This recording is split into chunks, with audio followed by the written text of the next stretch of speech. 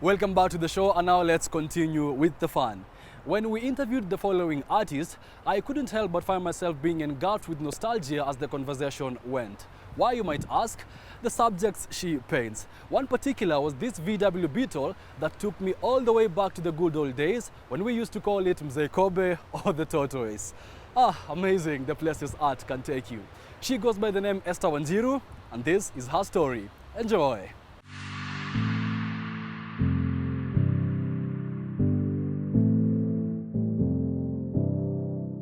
Esther found it very thrilling to make little drawings as a child, which often fascinated many.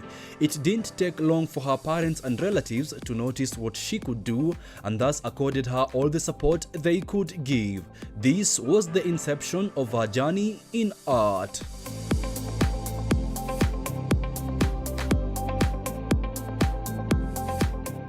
I was always doing art since when I was a kid, but when it became apparent to my family was we were in church, and you know how Kitambo, they had these bulletins, and hapo nyuma there was a place to write notes, so there was a space for me to draw. Every blank place for me was a canvas. So church has gone on, it's boring me, I take my pen and the bulletin and I start drawing the people who are seated in front of me. And my parents were like, "What? Did you draw this?" Yeah. So for them, that's when it became apparent, but for me, I felt like I was always doing this art. Maybe I think I was 8 when they saw that, but I think from 5, 6, 7, I was always playing around with colors and pencils and everything else.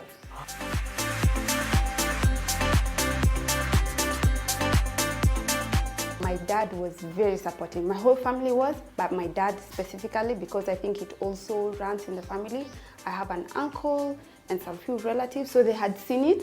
So when my dad saw it, he really supported me. Bought me drawing pads, pencils, markers, anything. For my birthdays, the gifts I used to get was like 5 sketchbooks from different people, because everyone is like, "Oh, you're an artist," so everyone comes with a sketchbook, markers, pens, pencils.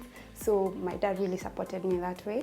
And then they brought the only artists they knew to come and talk to me and kind of like encourage me, and also ask him questions. How is this industry? Does it like pay? Will she succeed? So they were looking for every way to support me. Her catalogue is a detailed collection of artworks made through diverse mediums. Every medium kind of like has its own way of interpreting itself. So let's say for this car, I would prefer to use a pen because it's very smooth. Pen is very smooth, you work very easily with it. Also you work fast because there's no time to rub. So that's one. So when I want to train myself to do something very quick, to just kind of have a feel with it, I use pen.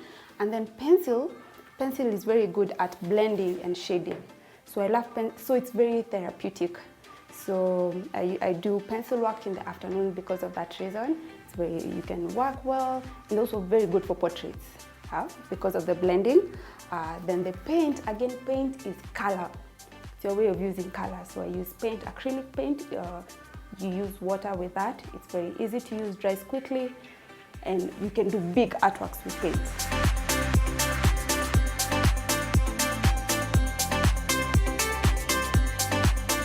The Beetle, the Combi or Transporter, and many other vintage vehicles.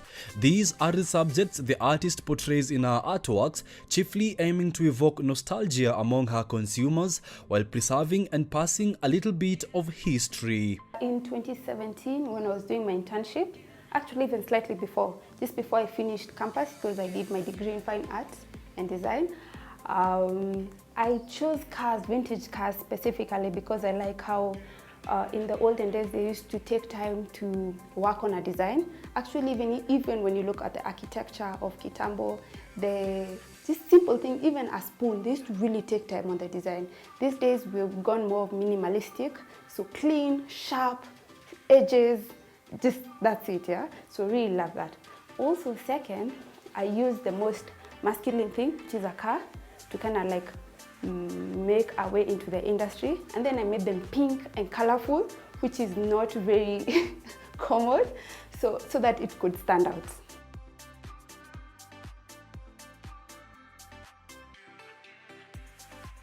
It reminds people of a period that happened. So it's a connection of maybe a revolution that was happening, or modernization, industrialization, just a period in time when those cars were made. Like the Beetle was Hitler's time. I know we don't relate Hitler to good things, but he brought the Beetle. And by the way, when he was creating the Beetle, he used to be like, I want a car that can fit a family, father, mother, and 2 kids. So it reminds people of a certain period in life. I've also met people who are like, my dad used to have that car, and we used to go and road trip with them, or my first boyfriend had this. It just reminds them of a certain good memory and evokes good emotions when they think about it. And also when they're telling stories to our kids about where we've come from and what we used to use and how people used to take time in stuff, and how, right now AI is kind of taking, it hurts us so much. But it will show over time when people used to take time with their hands and create these wonderful things. The stories she tells are often drawn from her own experiences, which she believes many can resonate with. I did cars for since 2017 to 2022.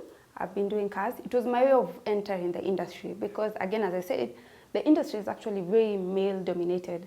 So when I also entered, I'm like, oh my gosh, the big stuff and dark stuff sometimes, or very different. And I was like, I want to bring something new, something that's me, something that's feminine. So that's why I brought the cars and I made them pink and white and colorful. Yeah? So I did that for about 5 years, and when I kind of like made my statement, I am here, then now I started changing the subject to growing up in the 21st century.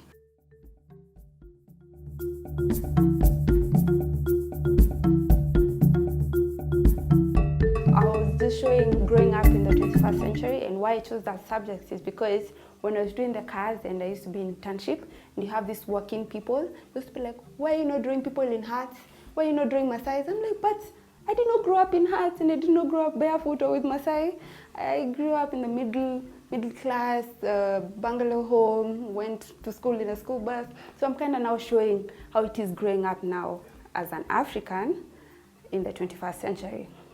And the first artwork I did is how the Ushago homes look like, how growing up, when you're done with that TV, inapeleka Ushago. When you're done with that couch, so when you look at this artwork, it has all the colors of the rainbow because it's not really decorated in, you didn't really take time to decorate it that way. You're just taking the things that were in your townhouse, taking them there.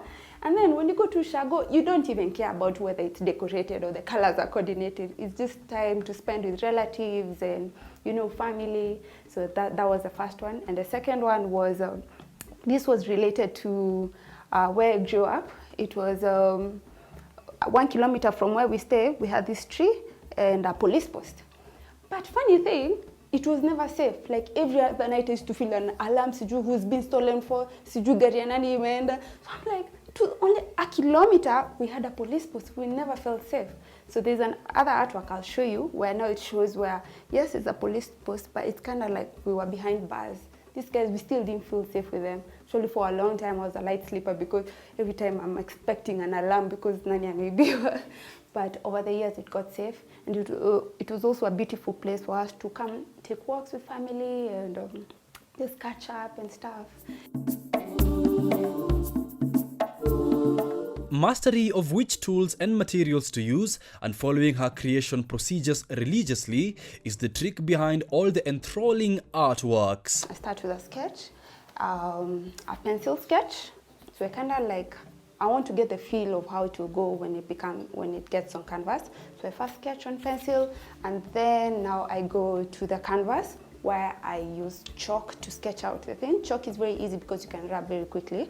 And once I get it, now I go into the paints, which is acrylic. My main medium is acrylic. I sometimes use oil when I want to blend faces because it takes long to dry. So when you come back tomorrow, you can still blend it again, blend until you're satisfied. So, but mostly I use acrylic and pencil, and again pencil.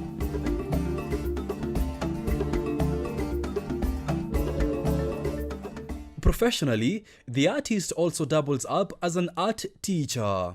I teach at Faith Ventures Christian School. I've been teaching there since 2018. I work with the high schoolers.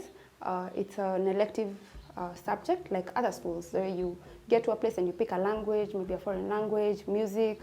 So I teach art. And then I also teach the club. So the club, initially I was teaching the club. The club is where I get them excited. I'm like, yeah, this is how we do it. Let's do it this way, this is it. So when they get to selective, they're like, yes, I want to do art.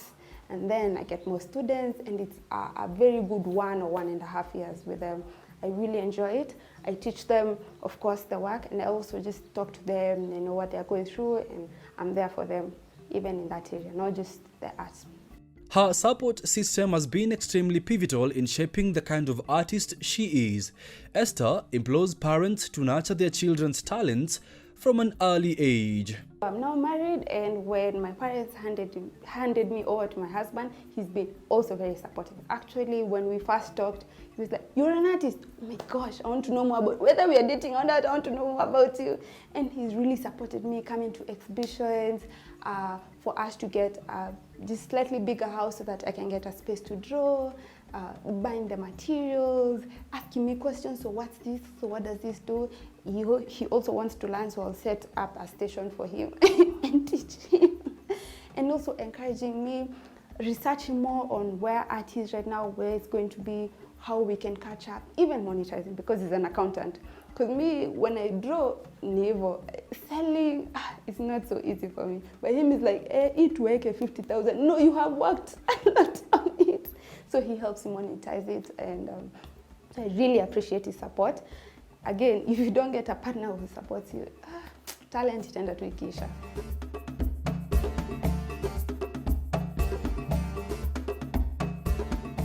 No, it's really important for the parents to support. You see, when God was creating us and he put these talents in us, it was not by mistake. It's the minimum, this one gets art and this one gets anything. He was very intentional.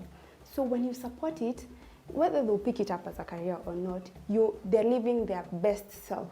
So it means even every area on their life, as they interact with their friends, academically, they're living out their best because they're able to, it's like, it's one of their purposes, whether again they pick it up as a career or not. So you see, if you curtail them from doing it, it means, because art is a way of letting out, yeah? So it means they're going to school, they're trying to process what is happening, and the best way they can process it is by drawing or painting. But you see, if you don't support them in that way, they're not able to interpret the world, because that small part of art is also their purpose. You can find me on social media, Instagram at brown_girl_s_art.